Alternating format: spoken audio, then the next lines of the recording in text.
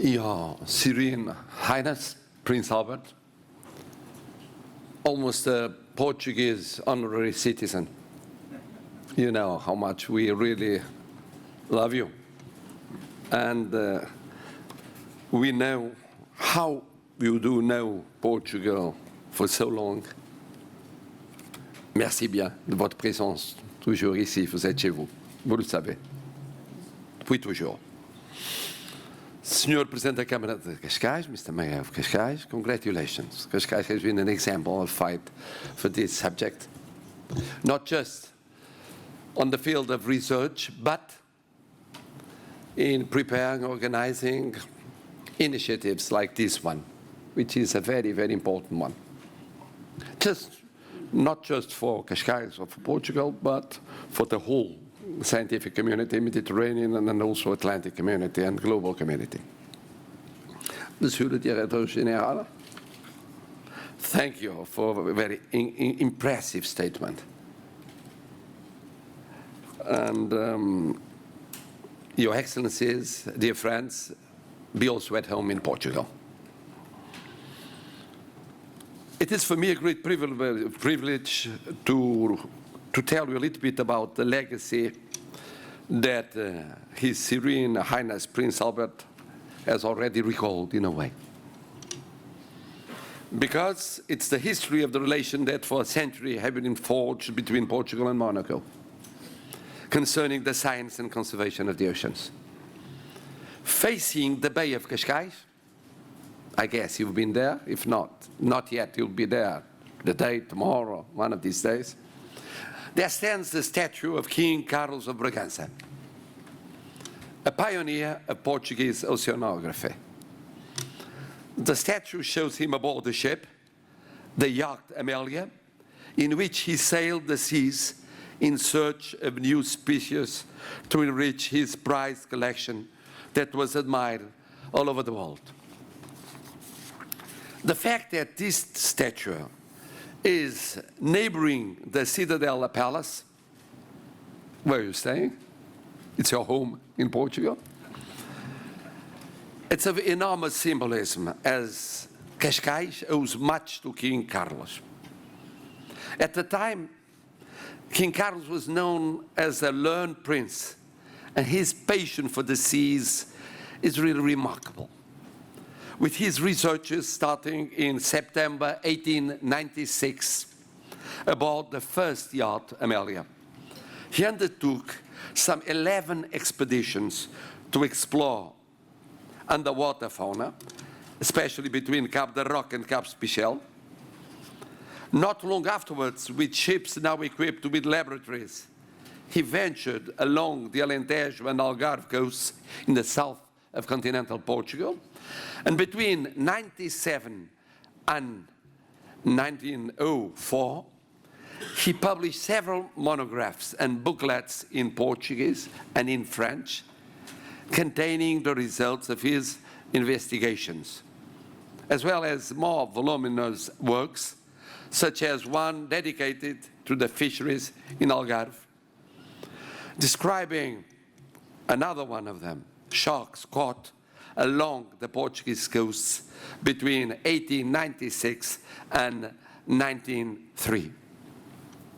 King Carlos regularly sent letters reporting his researches to Prince Albert I of Monaco, accompanied by maps, and the Monegasque prince visited him in 1894. It is even said that it was Albert I who aroused the interest of the young Portuguese prince, who was still very young by then, in oceanography, an intellectual interest that led him to exhibit his collection on several occasions in Lisbon, in Oporto, but also in the 1906 Milan International Exhibition. As we can see, there was not only an interest on the part of the two sovereigns in researching and producing science, but also, and that's a key point, the desire of disseminate and make it known to all their citizens. Let me remind you, moreover, that King Carlos was also an environmentalist, avant la lettre, and that he was to relate in a letter to Prince Albert. He even leapt into the sea with the help of 4 of his sailors to rescue a dwarf sperm whale trapped in the waters of the Bay of Cascais. Your Excellencies, ladies and gentlemen, it's for me a pleasure to address you at a meeting organized by one of the oldest institutions in the world dedicated to the study of the seas, and particularly of the Mediterranean. As you know, CIES was founded back in 1919 and is celebrating its centenary. It's an honor that you can celebrate 100 years of your life here in Cascais. Because, in a way, Portugal started not to accept that we were also Mediterranean, thinking mostly of the Atlantic Ocean, and we decided to accept it too late in 2004, joining your commission. It was late, but better late than not joining at all. But we must thank Monaco. We must thank the Principality of Monaco, because you hosted the first meeting of the Mediterranean Science Commission in March 1919. And the work and success of this commission were only possible because the Principality of Monaco, your predecessor, you, Serene Highness, you were vital in the support to this commission and in spreading its activities all over the world. It is remarkable what you did.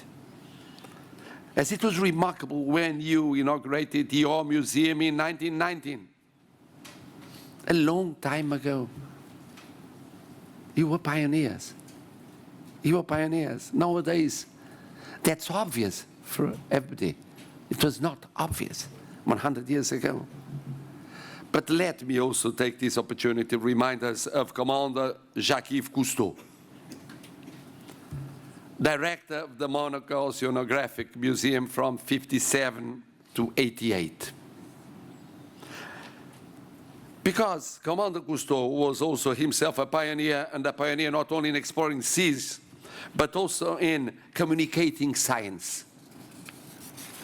Thanks to his television programs and many other initiatives, Cousteau made us familiar with places until then ignored by the eyes of humanity, while at the same time he issued visionary warnings about the risks that threatened the planet. And the passing of the years has confirmed in such dramatic way. The commitment to communicating science, for which Commander Cousteau, King Carlos I, and Prince Albert I of Monaco were notable.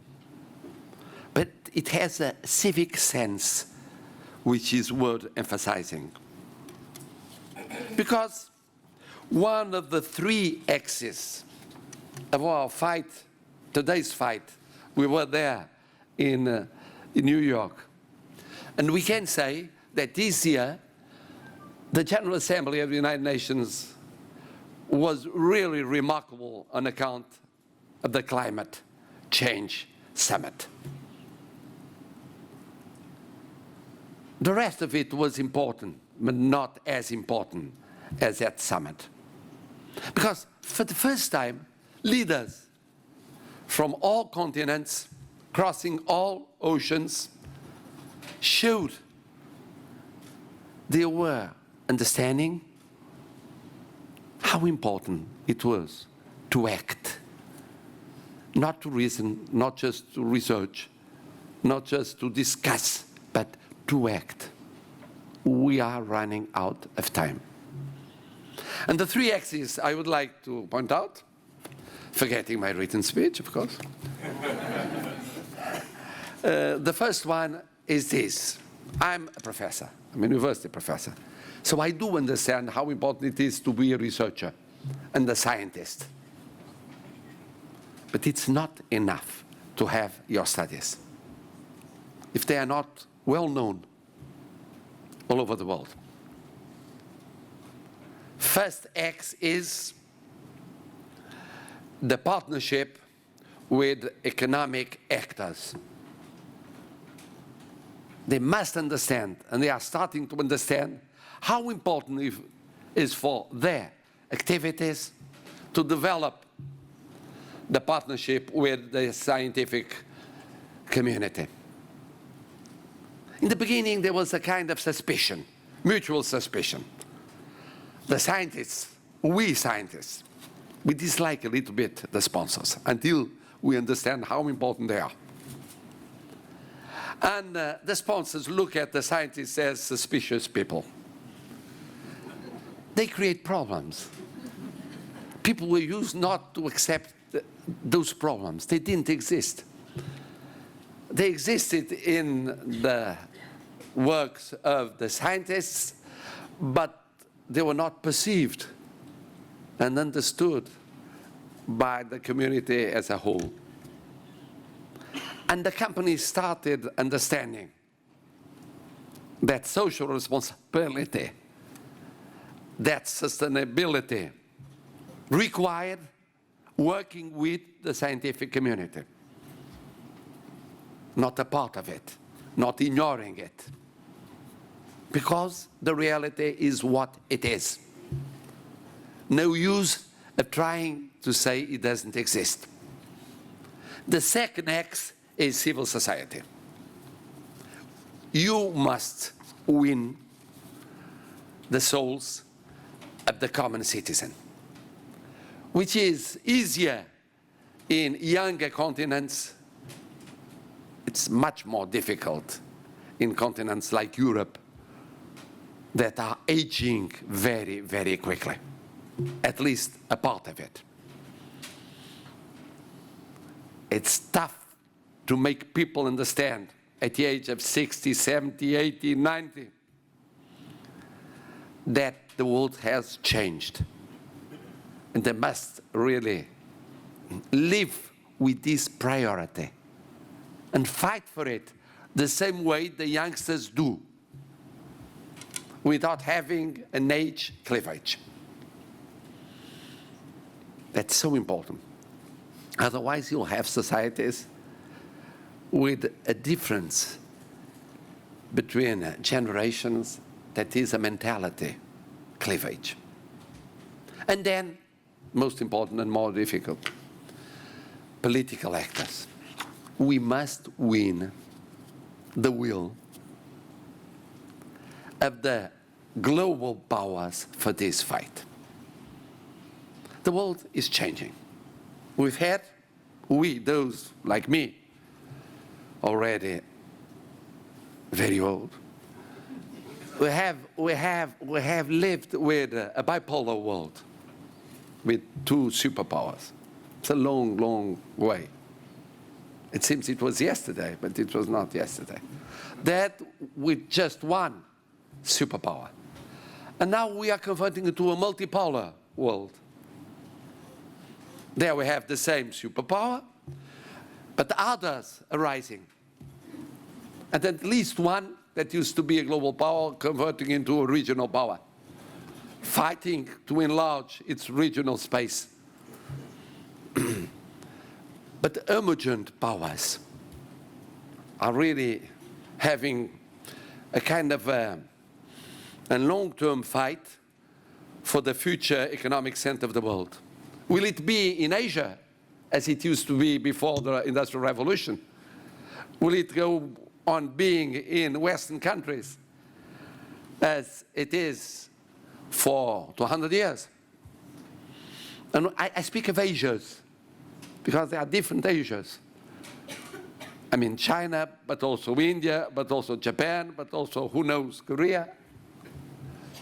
I mean, and we need to make these powers understand how vital it is for them and for us and for the whole world this priority, interconnected priority, because global warming and climate change is interconnected with the oceans that are a stabilizing factor in solving that problem that is becoming a drama before becoming a tragedy. And we need to win those souls.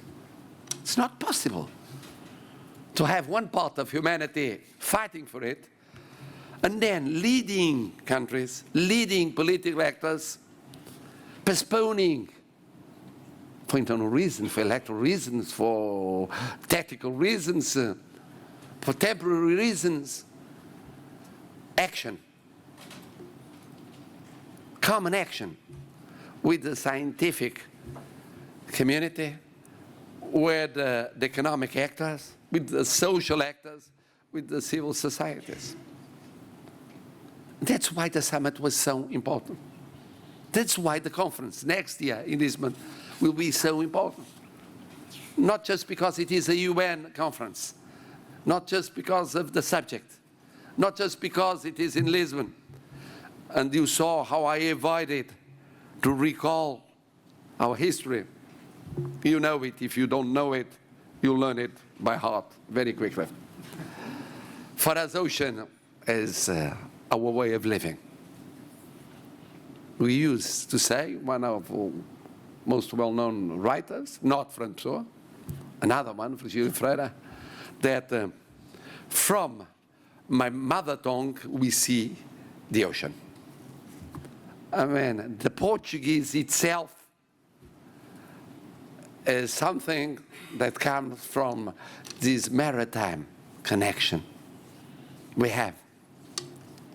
And in Cascais, very special connection. I'm an example of it. We don't know, but I swim almost every day in the ocean, even in wintertime. And it's not Monaco. It's not Monaco. I mean, even with the global warming, Cascais is not Monaco. So, to tell you, this conference next year is important as a means of persuasion, political persuasion, because we cannot miss this opportunity. We have the attention of the world, but you know how things change. And if we do not convert this conjunctural priority into a structural priority with action, with detailed action, then people will start forgetting. Other priorities will appear: geopolitical, economic, social. And when we speak, and you speak of the Mediterranean, even what is really very much at stake, socially speaking, in the Mediterranean, has to do with this priority: migrations. Migrations. The geopolitical framework has to do with this priority. They are not different issues. They are just the same issue. Well, be welcome to Portugal. Feel at home. Don't forget, as Secretary-General António Guterres says almost every day, it's the battle of our lives. The battle of our lives. And of our generations, of this time. And I hope you'll be back next June for the conference. Thank you very much for your presence here in Portugal. And feel as if you were Portuguese the same way His Serene Highness is feeling for 40 or 50 years. Thank you.